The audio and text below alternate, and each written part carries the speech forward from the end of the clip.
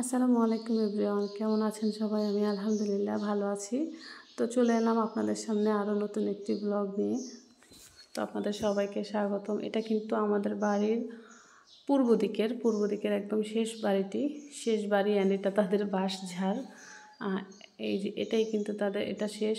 এইখান দিয়ে হচ্ছে একটা রাস্তা আছে, এখান দিয়ে গেলে অন্য আরেকটা বাড়ি পড়ে। আর এর এই যে বাম দিকের এই যে পুকুরটা দেখতে পাচ্ছেন, এই যে গাছগুলোর এপাশে এই পুকুরটা, এটা হচ্ছে আমাদের বাড়ির পূর্ব দিকের লাস্ট সীমানার পুকুর। এটাকে আমরা নর্মালি সবাই বড় পুকুর বলে থাকি। এখন যেহেতু আসলে পানি শুকিয়ে যাওয়ার সিজন, এটাতে অনেক পানি থাকে। এখনও এটা কিন্তু বেশ গভীর, এখানে এখন পানি কিন্তু অনেকটাই শুকিয়ে গিয়েছে। তারপরেও আছে, লোকজন কাজকর্ম করতে পারে, অনেকে এখানে গোসলও করে। এখন আসলে সবাই সবার ওয়াশরুমটাই ব্যবহার করে।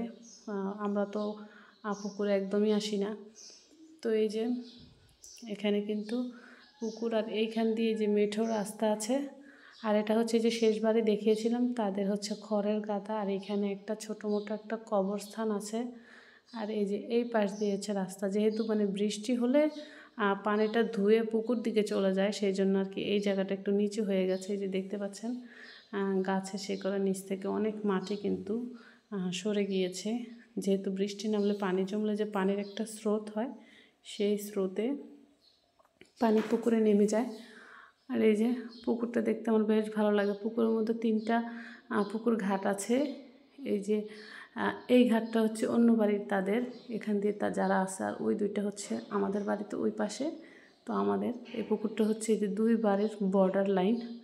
আর এখান দিয়ে আমি যাচ্ছিলাম, একটু একটা ছোট্ট বাগান আছে ওই বাড়ির পাশে, এখানে একটা ছোট্ট মোটো বাঁশঝাড় আছে। আমি কিন্তু পুকুরের পাড় দিয়ে হাঁটছিলাম। পুকুরের পাড়ে এপাশে যে বড় গাছগুলো দেওয়া আছে, নয়তো আসলে পুকুরের পাড়ে গাছ না দিলে পুকুরের কিন্তু পাড় ভেঙে পড়ে যায়, আস্তে আস্তে রাস্তা আর থাকে না। তো সেই জন্য নর্মালি পুকুর পাড়ে এরকম গাছের করা হয়। আপনাদের কাছে কেমন লাগছে জানাবেন। আমার কিন্তু এরকম নিরিবিলি মেঠো রাস্তা দিয়ে হাঁটতে বেশ ভালো লাগে। এখন প্রায় বিকেল বলতে 4:30টার মতো বাজে তখন। এই যে এটা হচ্ছে অন্য বাড়ির যে পুকুর ঘাটটার কথা বলছিলাম সেইটা। আর এইটা হচ্ছে তাদের বাড়ির পাশে দিয়ে, এইটা হচ্ছে তাদের বাড়ি। তাদের বাড়িতে আমরা ঢুকবো না, আসলে ছেলেও অস্থির হয়ে গিয়েছে। এখন সে আর হাঁটবে না, সে বাসায় চলে যাবে। তো সেই জন্য আসলে এখান দিয়ে একটুখানি তাকে ঘুরিয়েই তারপরে আমরা বাসায় চলে গিয়েছি। এখানে আমরা আগে অনেক খেলেছি, অনেক এসেছি, কিন্তু এখন আর আসি না। এখন এই যে ছেলেকে নিয়ে মাঝে মাঝে শুধু এখানে সেখানে একটু যাই। এই ভিউটা আমার কাছে অসাধারণ লাগে, তাই ভাবলাম আপনাদের কাছে একটু শেয়ার করি।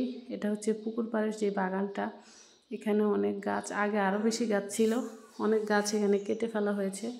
আর বেশি ভালো লেগেছে, এখানে তো সারিবদ্ধভাবে গাছ লাগানো হয়েছে, এই জন্য এই জিনিসটাই আমার কাছে বেশি ভালো লেগেছে। আর এখানে অনেক পুরনো কিছু গাছ আছে, অনেক পুরনো বলতে মানে ভাবেন যে আমার একদম যখন আমি ছোট, সেই ছোটোবেলার গাছও এখানে আছে। আর ওই পাশটাতে দূরে গেলে আমার বাবার দিনের গাছও আছে, কিন্তু আসলে আমি ছেলের জন্য যেতে পারি না। আর এই যে চিকন গাছগুলো সারিবদ্ধভাবে লাগানো, এগুলো নতুন, এই গাছটা খুব পুরনো।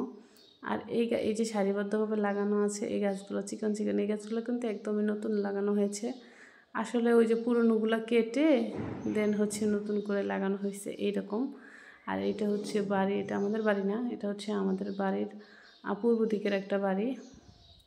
তো আমি আবার চলে যাচ্ছি, কারণ ছেলের ভালো লাগছে না, সে নাকি বোর হচ্ছে।